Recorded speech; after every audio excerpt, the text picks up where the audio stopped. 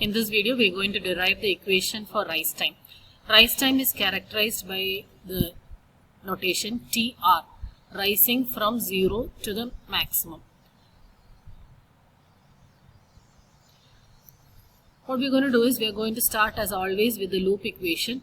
Before the derivation, we will start with the loop equation. The loop equation consists of, you have R and C components, and then you have VC across capacitor, VR across resistor, and Vin is applied voltage. Therefore, Vin is equal to VR plus VC. The polarity, as you already know, it is plus minus here, and plus minus here. VC or the capacitor voltage is equal to V out. Let's start. Vin is equal to VR plus VC. Vin we are going to work in the S domain, that is we are going to use Laplace transform here. So first of all, let us write this in terms of time, that is Vin can be written as Vin of t, VR is VR of t, and VC is VC of t. Vin or the input voltage is actually a step input. Step input is notated by U of t. Since it has an amplitude, U of t amplitude is 1, right?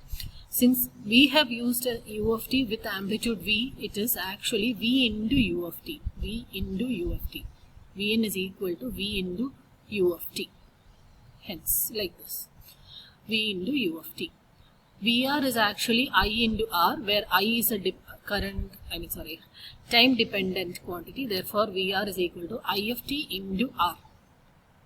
VC is the capacitor voltage, where capacitor voltage can be written as 1 by C into integral I of t dt, where I of t is dependent on time. Again, transforming into S domain, you can write this as, take Laplace transform on left hand side and right hand side. Laplace on left hand side and Laplace on right hand side. Laplace of V into U of t, V is a constant, you can take it out. So Laplace of U of t is 1 by S. Hence, next Laplace of the right hand side, I of t into R, R is a constant, it is retained as such. Laplace of I of t is I of S, hence, again Laplace of 1 by C into I of t can be, integral of I of t can be written as, 1 by C being a constant, it is written as such. Integral of I of t Laplace is I of S by S. Hence you get this. Thus by transforming to S domain, you got this equation. I want an equation for current. I am going to isolate I of S. You rearrange the whole thing. V of S is equal to R into I of S. I take I of S outside. I of S into R plus 1 by Cs. Therefore, I of S is equal to V by S into R plus 1 by Cs. Okay. Let this be equation number 2. This is equation number 1 and this is equation number 2. Okay. Yeah. Now from here, we are going to go straight into the output. V out is equal to Vc. What is V out? It is a time dependent quantity. Vc is also a time dependent quantity. Again, we are going to deal with, or we are going to operate in S domain. So V out is V out of t, Vc is Vc of t. V out of t is equal to 1 by C integral of I of t dt. We understand this much.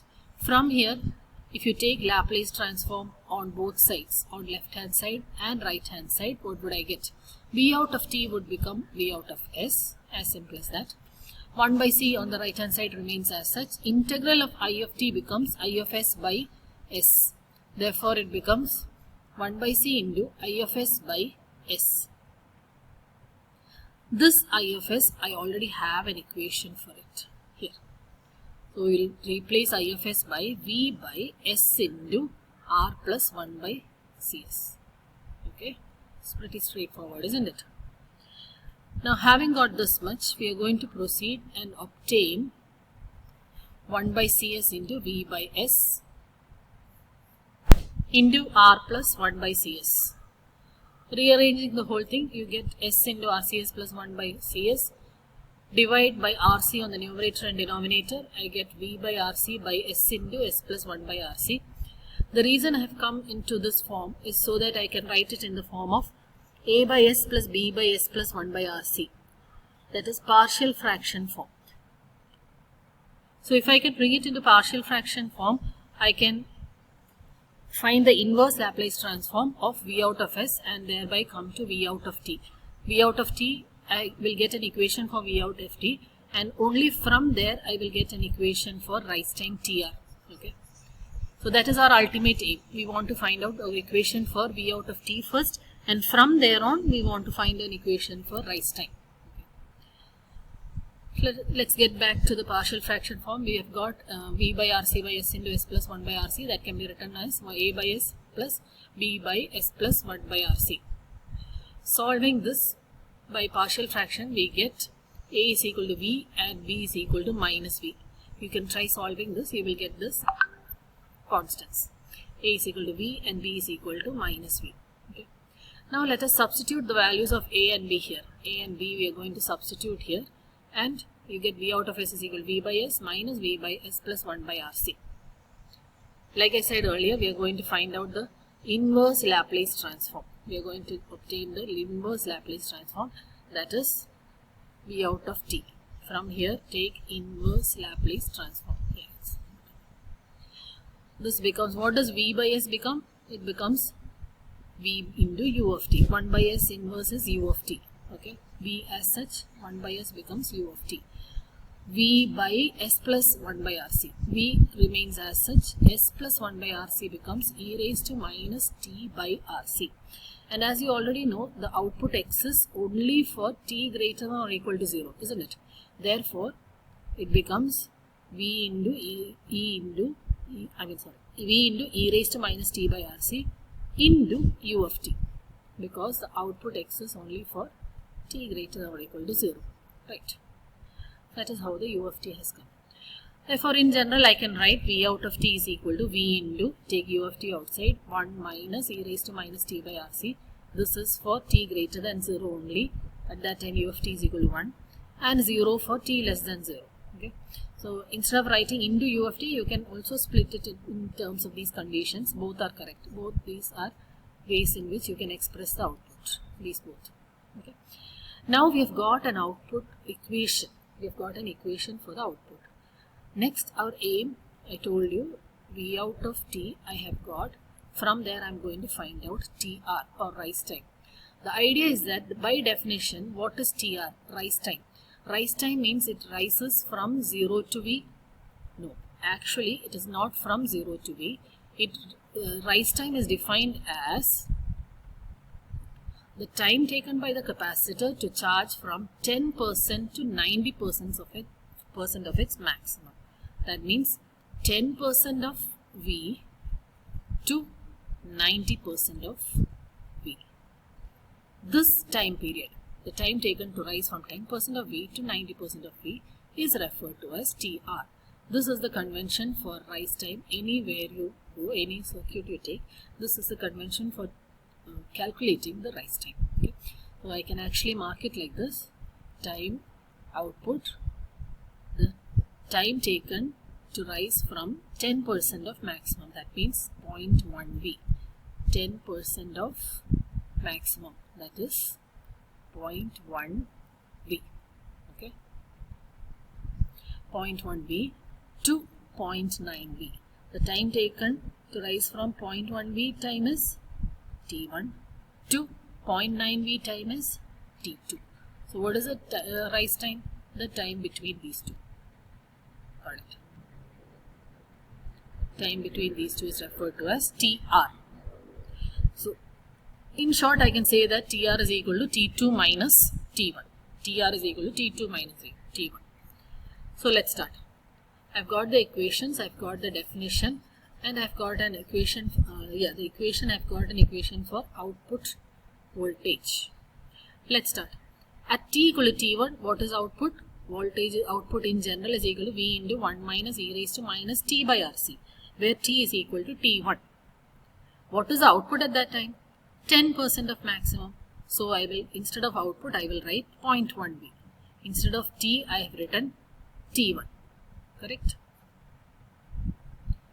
Therefore, substituting V and V will cancel. 0.1 is equal to 1 minus e raised to minus T1 by RC. Simplifying this, and you rearrange this e raised to minus T1 by RC is equal to 0.9. Rearrange it, and then take natural logarithm on both sides, because you have an e raised to term here, and on the right hand side you have an absolute value. What I want is an equation for T1. Why? because my aim is to find TR, which is equal to T2 minus T1, which means I need an equation for T1 and I need an equation for T2. So to get T1 or isolate T1, I have to get rid of this E. So I take natural logarithm on both sides and I get an equation. T1 is equal to 0.1 RC. Done. In the same way, let us do it for T is equal to T2. At T equal to T2, V out is equal to V into 1 minus E raised to minus T by RC again. Substitute V out is equal to 90% of maximum, that is 0.9 V. Instead of T, you are writing T2, and again cancel out the V. Cancel out the V on both sides. Rearrange. You got E raised to T2 by RC is equal to 10.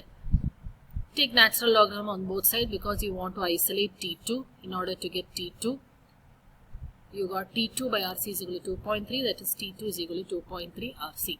Now you have an equation for T2 and you have an equation for T1.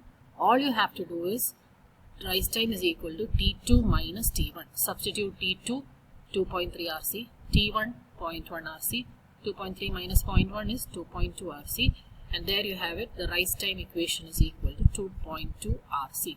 This is the equation for rise time. A couple of noteworthy points. One, rise time is directly proportional to the time constant. So more the time constant or the values of R and C, greater the value of rise time. It takes more time to reach the maximum. The second point, you already know that F2 is equal to 1 by 2 pi RC. F2 is cutoff frequency.